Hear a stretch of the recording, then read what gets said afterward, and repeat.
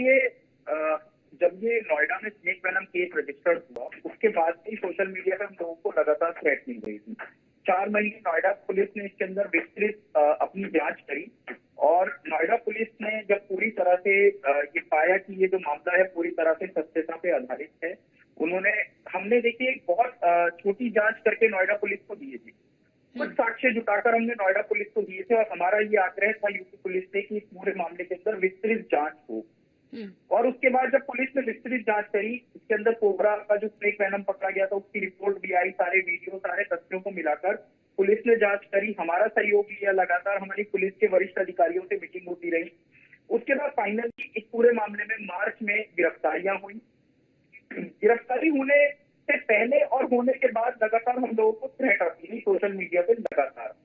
Even मुकदमा दर्ज होने के बाद भी हम लोगों को थ्रेट आ रही थी। यही कारण था कि हम लोग मीडिया में भी कहीं नहीं आए, और जब ये थ्रेट्स आती रही तो हम इनको नॉर्मल लेते रहे कि भाई ठीक है, कोई सोशल मीडिया इन्फ्लुएंसर है, कोई यूट्यूबर है, उसके समर्थक भी हो सकते हैं, या वो फर्जी अकाउंटों से भी हमें धमकियां दिलवा सकता है। तो ये सब चीजें बड़ी कॉमन है, और ये कोई पहली बार ऐसा केस नहीं था। लगातार हम लोग करते आए हैं। पिछले 20 सालों में हमने 1000 के आसपास वन्यजीव तस्करी के मुकदमे दर्ज करवाए हैं दिल्ली और 8 राज्यों में। लेकिन इस मामले में ऐसा हुआ कि लगातार जो आरोपी थे उनकी तरफ से धमकियां दी जा रही थी सोशल मीडिया पर, और उसके बाद 10 मई का वो दिन था जब ये सारा मामला बिल्कुल क्लियर हो गया। 10 मई को रात को 2 बजे हमारी रेकी करते हुए खुद इसमें आरोपी एल्विश यादव यूट्यूबर और इसके कुछ दोस्त जो कि इसके गिरोह के सदस्य हैं, ये लोग 2 गाड़ियों में भरकर राजनगर एक्सटेंशन की मेरी सोसाइटी में आए रात को 2 बजे, और रात को 2 बजे इन्होंने हमारी पूरी रेकी करी। इवन 4 सेकंड का फर्क रहा इनकी और हमारी गाड़ियों के बीच में। अब ऐसे में या तो ये हमें हार्म पहुंचा देते, हो सकता है ये हमें जान से मारने की नीयत से आए हों, या हमारी रेकी कर रहे हो, या कोई और नुकसान पहुंचाने की नीयत से हो, या ये दिखाना चाहते हो कि ये बहुत दबंग है और इस वजह से हम इनसे डर जाए और इनके खिलाफ गवाही ना दे कि भाई ये तो बहुत दबंग है, ये तो कल तक धमकी दे रहे थे और आज ये सीधा हमारे घर पर आ गए हमें धमकाने, तो हम इस चीज से डर जाए और इनके खिलाफ गवाही ना दें, इनको दबंग समझ के। अब ऐसे में देखिए 2 चीजें उठती हैं।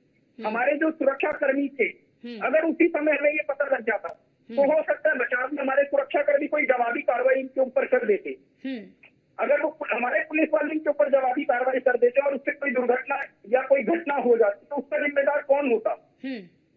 तो इस चीज को जस्टिफाई करता कि अब इस चीज को कौन जस्टिफाई करेगा कि हमें मारने आए थे, हार्म पहुंचाने आए थे, या गवाही से हटने के लिए हम पर दबाव बनाने आए थे। तो ये पूरे मामले की शिकायत हमने गाजियाबाद पुलिस को भी की, नोएडा पुलिस को भी की, गुड़गांव पुलिस को भी की। मैं खुद इस पूरे मामले में पंजाब हरियाणा हाईकोर्ट भी गया। हाईकोर्ट ने गुड़गांव के पुलिस कमिश्नर को ये ऑर्डर दिया कि हमारी सुरक्षा की जाए। हालांकि मेरे पास और मेरे ब्रदर के पास पिछले 10 साल से दिल्ली पुलिस की सुरक्षा है। नोएडा के जिला जज से हम मिले, हमने उनको सारे ये वीडियो फुटेज जब दिखाए तो उन्होंने इस मामले को बहुत गंभीरता से लिया और गाजियाबाद पुलिस को ये आदेश दिया कि दिल्ली पुलिस के साथ साथ गाजियाबाद पुलिस की हमें सुरक्षा दी, हमारी सुरक्षा भी बढ़ाई गई। उसके बाद जब गाजियाबाद पुलिस का रुलमुल रवैया था, ये लोग कहते रहे कि केस रजिस्टर कर रहे हैं, हम केस रजिस्टर कर रहे हैं। बाद में गाजियाबाद पुलिस ने कहना शुरू कर दिया कि नोएडा में ऑलरेडी केस रजिस्टर्ड है, तो आप नोएडा में ही इस पूरे मामले में धाराएं बढ़वाइए। नोएडा पुलिस ही इस पूरे मामले में आगे अग्रिम कार्रवाई करे। और नोएडा पुलिस का ये कहना था कि क्योंकि जुरिडिक्शन गाजियाबाद का है तो गाजियाबाद पुलिस FIR करे। तो फाइनली इस पूरे मामले को लेकर हमने गाजियाबाद कोर्ट का रुख किया, और उसके बाद सारे तथ्य, सारे सबूत जो हम प्राइमा फेसी कोर्ट को दिखा सकते थे, क्योंकि CDR निकालने की जो ताकत है वो पुलिस के पास है, सारे तथ्यों को मिलाने की ताकत पुलिस के पास है।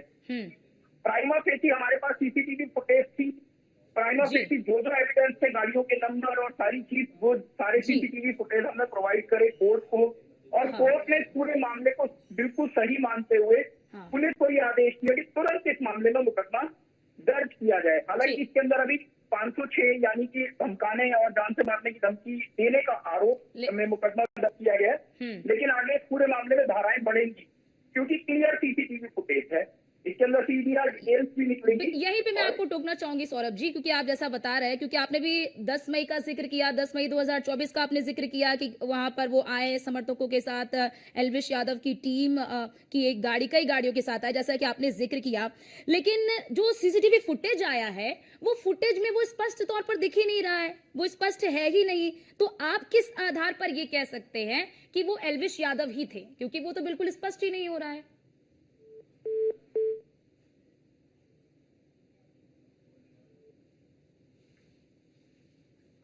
तो ठीक है, हमारे साथ देखिए जुड़े शिकायतकर्ता सौरभ गुप्ता जी, और वो बता भी रहे हैं। लेकिन अब ऐसे में सवाल कई तरह के उठ रहे हैं। सवाल यही उठ रहे हैं कि फंसने और फंसाने की कहीं कोई साजिश तो नहीं है। अब क्योंकि देखिए एल्विश पर जान से मारने की धमकी का आरोप लग रहा है, सौरभ गुप्ता ने एल्विश पर धमकी का आरोप लगाया, उन्होंने धमकी का आरोप लगाया। सौरभ का आरोप जान से मारने की कोशिश हो रही है, वो ये कह रहे हैं, वो आरोप लगा रहे हैं। रेप पार्टी केस में गवाह है सौरभ गुप्ता। एक बार फिर से हमारे साथ सौरभ गुप्ता जी जुड़ चुके हैं। सौरभ गुप्ता जी, मैं आपसे ये पूछी थी क्योंकि आपने 10 मई 2024 का जिक्र किया कि किस तरह से वो आए और तमाम चीजों का आपने यहाँ पर जिक्र किया। लेकिन मैं आपसे ये कहना चाह रही थी कि जो सीसीटीवी फुटेज सामने आया वो स्पष्ट नहीं है, तो आप किस आधार पर ये कह रहे हैं कि वो एल्विश यादव ही थे? देखिए, सीसीटीवी फुटेज बिल्कुल क्लियर है। आप हो सकता है जो आपके पास, आपके चैनल के पास सीसीटीवी फुटेज हो उसमें कुछ क्लियर ना हो, लेकिन मैं भी आपको भेज देता हूँ गाड़ियों के नंबर के साथ, क्योंकि मेरी सोसाइटी में 650 कैमरे लगे हुए हैं और उन कैमरों के अंदर पल पल की, चप्पे चप्पे की इनकी पूरी वीडियो है। इनके पास 2 गाड़ियां थी, एक फॉर्च्यूनर थी RRR0066 और दूसरी HR नंबर की गाड़ी थी 0000999 करके। तो ये 2 गाड़ियां थी। ये दोनों गाड़ियां इन्हीं लड़कों के नाम पर रजिस्टर्ड है और ये दोनों लड़के इन गाड़ियों में खुद बैठे थे। तो ये क्लोज सर्किट कैमरा से भी और जो हमारे यहाँ हाई डेफिनेशन के कैमरे लगे हुए हैं वो भी, उन सबसे हमने पूरी जांच करी है। बिल्कुल कंफर्म है। और ये बात तो ये इनसे पूछी जाए, मैं ये कह रहा हूँ कि हम आरोप लगा रहे हैं, ये बात अगर ये आरोप मेरे झूठे हैं तो ये सामने आकर इन पर अपना जवाब दे, इनको सामने आकर जवाब दे। ठीक है सौरभ जी, ठीक है, वो तो हम पूछ लेंगे। लेकिन अब ये भी दावा किया जा रहा है, आप ऐसा भी दावा कर रहे हैं कि 3 में से एक गाड़ी लवकेश कटारिया और दूसरी गाड़ी एल्विश यादव के किसी करीबी के नाम पर है, जो उसकी रील में भी दिखाई दिया कई बार। तो रील में दिखाई देने का मतलब थोड़ी होता है उस गाड़ी में वो मौजूद है। देखिए, मैं आपको फिर कह रहा हूँ, मैं पूरी जिम्मेदारी के साथ इस बात को प्रमाण कर रहा हूँ आपके चैनल पर। इस गाड़ी, ये दोनों गाड़ियां इन दोनों लड़कों की थी। इन गाड़ियों में ये लोग खुद मौजूद थे। इसकी पूरे सबूत हमारे पास हैं। बाकी सबूत पुलिस जुटाए। ठीक है, ठीक है सौरभ जी, ठीक है सौरभ जी, ये भी सवाल है जो आप जो दावा ये कर रहे हैं, आप दावा ये भी कर रहे हैं कि किसी लड़की जो यूट्यूबर है को एल्विश यादव और उसके लोगों ने आपकी सोसाइटी में एक ऐसा फ्लैट दिलवा दिया कि जिससे कि वो लड़की आप पर नजर रख सके। क्या है पूरा मामला, जरा क्या आप वो बताएंगे? देखिए, ये जब सारा मामला आया कि ये सोसाइटी में कैसे घुसे, इन्होंने फोटो खिंचवाने से मना करा। उसके बाद जब हमने जांच करी तो पता चला इनकी कोई महिला मित्र जिससे इन्होंने यहाँ संपर्क किया, ये लोग उससे मिलने आए। अब मैं ये कहता हूँ उससे मिलने आकर और ये सोसाइटी में इन्होंने एंट्री करी और इन्होंने मना करा कि हमारी फोटो ना खींची जाए। इस बात के गवाह यहाँ पर सारे गार्ड हैं इस सोसाइटी के। उसके बाद जब उन्हें शक हुआ कि गाड़ी में मास्क लगाकर एल्विश यादव नाम का ये लड़का बैठा था, तब उन्होंने हमें अगले दिन ये बात बताई पूरी। ये रात को 2 बजे की बात है।